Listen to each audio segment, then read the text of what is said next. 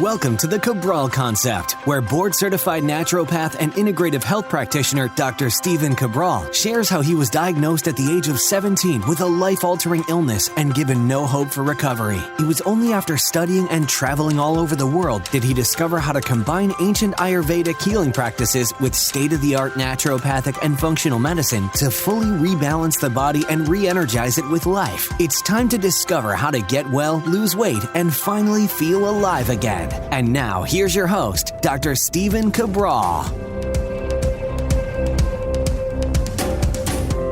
Welcome, everybody. Glad you could join me here today on the Cabral Concept. Of course, this is our Mindset and Motivation Monday show, the absolute best way to start the week. Today, we've got an important topic for you, and that is going over the 3 ways to be nicer to yourself. Now, I know that may seem maybe a little condescending, maybe a little tongue-in-cheek, but the truth is this: sometimes, and I'm one of those people as well, we are our own worst enemy. And the reason is it's how we talk to ourselves. It's when no one else is around, the things that we say to ourselves that are not even verbal, meaning the thoughts that we have in our own head that if they were verbalized, people would look at you and they would say, how are you talking to you in that way, in that tone? You wouldn't even talk to your worst enemy that way, or you certainly wouldn't talk to, a good friend that way for sure, right? You wouldn't give them that type of feedback, that type of advice, or that type of criticism. So why are you doing that to yourself? And that's what we have to look at, because sometimes, again, we get down on ourselves and it snowballs into this really dark place where we're not good enough, we'll never have enough, we weren't meant to be anything. Like, it's all these dark, negative thoughts. And I want to just share with you this. And when you start to look at it, you say to yourself, would I ever talk to anyone else, like any other friend or family member in this way? And if the answer is no, then how are you, who has to live with you all day long, talking to yourself that way? Meaning, like, if you're not for you, who is going to be for you? Who's going to be there to support you? I always talked about it this way. I started in the health and wellness and fitness-based industry at basically right at 18 years old as a nutritionist and personal trainer. But let's go more towards, I did it with both. I made the same analogy. I always said, you're meeting with me for 1 hour to 2 hours a week. Right? And it's a lot of time. It's not like, that's why it is really amazing having a personal trainer, because you are meeting with them in 2 full hours with them a week, sometimes 3. And you're not meeting typically with your friends every day for that long. Like, it's like 3 times a week. You have these conversations. You get in a great workout. It's a great personal trainer is really it's an amazing relationship you can have with another individual as to, like, they're talking with you, you're talking about problems, you're talking about your workouts, you're working hard, like all these great things. But what I would say to people is this: listen, out of 168 hours in a week, you and I are together for an hour, 2 hours, at best 3 hours. You're with yourself 165 hours that week.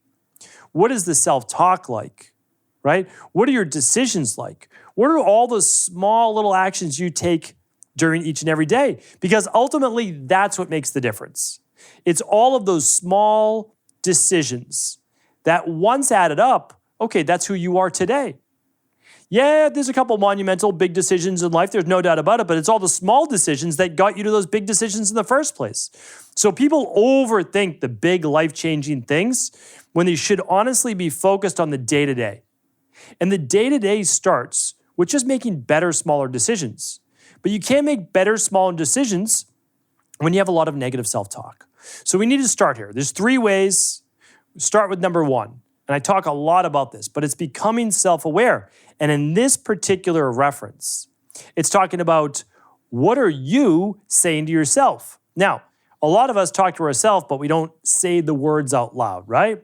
But the words come from the thoughts that we have in our head that we say to ourselves. Like, again, you're not good enough. You're never going to get the job. That person's not going to like you. You're never going to be able to lose the weight. You won't be able to gain the weight. You won't be able to get healthy. You won't be like you. It's all these different things, right? It's the negative loop.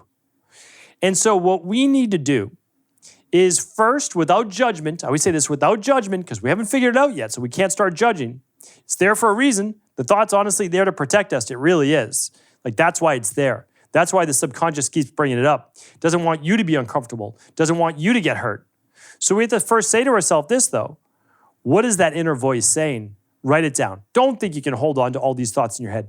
Get a journal, write it down. What are your most dominant thoughts? And then what I typically tell people is we all have great areas of our life, right? There's an area that you're excelling at. It's either relationships, your career, finance, spirituality, body transformation, health. Like it's one of the big areas.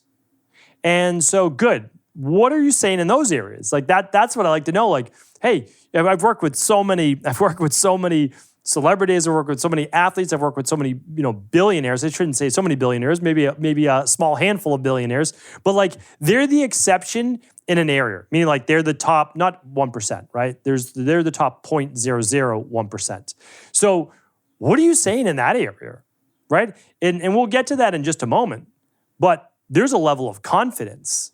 They act with confidence. They act with knowing, which is something I've talked about many times before. But when you don't think, but you know, that's where greatness follows. That's where absolute certainty is, and absolute certainty of outcome. Like when you know, the person who is most certain is most likely going to make it happen, whether that's in competition or the real world, right? Meaning real world, like out here and outside of the sports arena. So what I have to share with you is and so when I work with clients, whether it be the celebrity, athlete, billionaire, et cetera, I say, how are you speaking yourself here? Which they don't even think about, right? Because they're just like, it's just certainty. They know there's no negative self-talk. Might be questioning yourself. Nothing wrong with that. Nothing wrong with saying like, hey, should I do this? Yes or no? Let me think about it. Okay. Like that's an honest conversation. But now what's the difference with why aren't you doing well in these areas? Oh, well, and they start going into all the different maybe childhood events or trauma, or they don't see themselves in that way. So what I want to start to look at first before we go into that portion of it, what does your self-talk look like, right? What areas is it positive in? Because let's start to build on some positive things. And what areas are negative? There's no real neutral. Like neutral is maybe you just don't think about it. But typically if we're thinking about something, we as humans, we're judging it, good or bad, better than, less than. It's just kind of what we do as humans. So what are you doing? What are you judging? Where do you see yourself excelling? Where do you see yourself maybe falling a little bit behind? But just make notes. It has to be non-judgmental because you're not going to be able to figure it out yet. Just say, oh, okay, that's interesting. Like when your mind brings up a thought, that's interesting. Okay. Now comes step 2. And that is the challenging of the self-talk. So think of it this way. Let's use weight loss as an example, because we work with lots of clients. They're dealing with Hashimoto's. They're dealing with they have weight gain. They might be dealing with hormonal-based imbalances, skin issues, migraines, autoimmune. I mean, you name it. But let's just go with weight gain. Let's just go with one. Okay. So the person may come in and they say, I'm never going to lose weight. I've tried a dozen different diets before. They've all failed. I've never been successful. And so I'll just start to say, okay, have you ever lost weight on a diet? And they'll say, yes. And I'll say, okay, what diet was it? And they'll go through the different things they did. And I said, okay. And then what happened next? Like, I gained the weight back. Okay, why did you gain the weight back? And they'll say, well, there was a wedding and then I did this and then I couldn't stick with it. I said, okay, totally understand. But like, we just start to challenge it, like, because at one time you lost some weight, okay? So like you are able to lose some weight, but maybe not 100 pounds, like maybe not whatever your goal is, okay? So we're getting somewhere. We're just starting to challenge because what we need to find are just a couple little cracks in the boat, right? Couple little cracks in this overall thought process. That's all we're trying to do. Not judge yet, not saying we can overcome it because it's too big a deal, right? Our mind's already made up. So we have to just kind of back into this. Okay, what are some of the cracks in that? Okay, then I'll just say, have you ever tried? And then we'll go into a few things. No, I haven't tried that. Okay, no, I haven't tried that. Yes, I've tried that. Did it work for you? No, I don't think it really did. Okay, how long has it been since you tried that? I don't know, maybe 5 years. Okay, how long did you stick with that? Probably like 3 weeks. Okay, so like we're starting to get somewhere. And just by asking the questions. Okay, you haven't tried a couple of things. Those may work, right? Just leave it, like, let's leave it open. I always call it suspending disbelief, right? You don't have to believe, just not believe. Like that's a big part of this, right? Okay, so a couple things, those are new, great. Tried this one thing that didn't seem to work, only did it for 3 weeks. Maybe if we tweaked it a bit, we did it for a little bit longer, it may kick in, right? Okay, we've got some things to maybe work on. So what I say is we start to just challenge our beliefs. The other part is this, we start to draw from, you're not an unsuccessful person in all phases of life. In the first part, we saw a few things that you were good at. The career, the finances, the spirituality, the relationships, the body transformation, the health. Like there's some area that you're doing well in that other people would like to trade places with you, okay? So great, there's that area. Why are you successful in that area? Oh, I'm just naturally good at it. Maybe, right? Maybe, but not typically. Like you've put in some work. Maybe you're, yes, you have a predilection to being a little bit more talented in that area or whatever it might be, but you certainly still worked at it, right?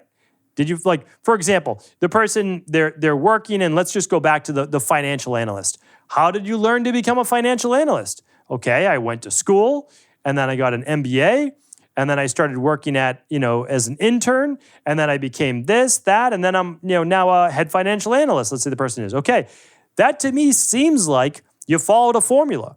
You learned about finance, then you interned, then you worked at a more junior level under somebody and learned from them, and then you are now at a senior level. How long did that take? 10 years, right? Like, well, your weight loss results don't need to take 10 years, or your health results or relationship or put anything, but we do have to do a phase of what?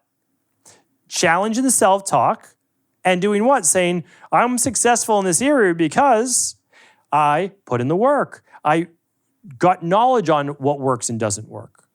Obviously, tried some things like, have you ever made a trade that hasn't worked before? Yes, of course. Did you make more trades or more investments in the beginning that didn't work? Or do you make more trades now that don't work? Like, oh, of course, in the beginning, when you're just learning, maybe you're just paper trading, like whatever it is, right? Oh, okay, good. Do you think it's the same with health or weight loss or weight gain or anything else? Of course, right? So what we start to do is draw some positives from what we're good at and just say, I'm just not following the same formula, or I haven't had the right mentor like you had in business or whatever it might be. And that's a great thing because now there's more possibility. And the third way is this. We need to now take those positives from what you're doing, that you're excelling in certain areas of your life, that people have those kind words to say about you, like, you're a really caring individual, like whatever it might be. And you want to write those down, okay? So we started the first week with just being aware of all the negative thoughts, and we're just writing those down, okay? Then we're writing down some things that, we're pretty good at. Then we're challenging our most dominant thoughts about where we can excel. And then what we're doing is we're transferring our positive thoughts towards this negative area of our life, and we're exploring the possibilities that it is possible if we use some of the same framework that we did, where we feel like we naturally excel, but of course we know how much work we put in, right? I mean, think about the elite athletes. Do you think that you just literally woke up, went through childhood, and made it to the NBA, NFL? No, of course not, right? Like any of these things. Like, or even, let's take golf as more of an example. There's not a particular golf body per se, right? Because you could say, oh, well, if you're born 7 feet tall, you have a much better chance of getting the NBA. I get it, I understand. But if you're 7 feet tall versus 5'8", doesn't really matter for golf, honestly. It's technique, and it's hitting hundreds of thousands of golf balls before you ever made it to the Professional Golf Association, right? The PGA. So we have to understand is there are frameworks, and the top people in their fields follow a blueprint. They follow a plan. They've had a coach. They've had many coaches. They've done things that work. They don't do things that work. And they get to learn from those experiences. And so we start to change our self-talk from saying, oh, that's interesting. Tell me why you feel that way. And starting to explore these thoughts inside of our own head. Without judgment, we could say, okay, yeah, and how might this be trying to protect me? Okay, why are you saying this? Okay, yeah, because I failed in the past, because I've done this, got it. You don't want my feelings to be hurt. Oh, most people in my family are like this. Okay, that's kind of how you grew up. Got it. Just asking yourself, does it have to be this way? That's an interesting one. That kind of stops the subconscious in its tracks. Does it have to be this way? Well, your mind will think, no, because there are other people out there in the world just like you who have made it happen. And then you'll start to come up with the excuses saying, well, they had this and they had that, and they maybe, but also maybe not. They may have even been in worse position than you, yet they made it happen. So the subconscious doesn't like to hear that, so it's going to start to come with more excuses. And your job is just to say, listen, I'm not judging. I'm not even saying it's going to happen. All I want to say is there possibility? Yes, there's possibility. And once we open the doors again to that possibility, our mind can say, okay, maybe. Let's start exploring the coaches, the mentors, the doctors, the blueprints, the books, the courses that might hold the answer for you to begin to change your life in any way that you see fit. That's honestly the blueprint. Start small. Be gentle with yourself. Explore the questions. Begin to understand that the mind puts these thoughts in our head to try to protect us. If we don't fight too hard against it, and we work with it, and we show that the future can be even brighter, then we work with the conscious, with the subconscious, and when the two unite, really anything is possible. Thank you so much for tuning in to today's Mindset and Motivation Monday. Thank you. I appreciate you, as always. If the show is helpful, do feel free to share it with anyone you believe it could serve. Before you go, I wanted to ask you this question. What if I could teach you in just a couple of hours how to transform your thyroid, hormones, adrenal, cholesterol, blood pressure, blood sugar, weight loss, energy, mood, brain, pregnancy, anti-aging, or many other health-related issues? After 20 years in private practice, after seeing and overseeing 250,000 client appointments, I sincerely feel I have the real-world data and have found the answer you've been searching for. So what I've done is spent hundreds of hours of my own time refining what you need to know in order to uncover your underlying root cause health issues and then begin to rebalance the body and bring it back to a state of robust health and wellness. I'm going to teach you exactly what I do in my private practice so you can understand how you got here and now what you need to do in order to heal. You'll receive all of the important success checklists, protocols, and even ways to customize it to make the program fit your busy life. And you'll get all of this at a fraction of the price.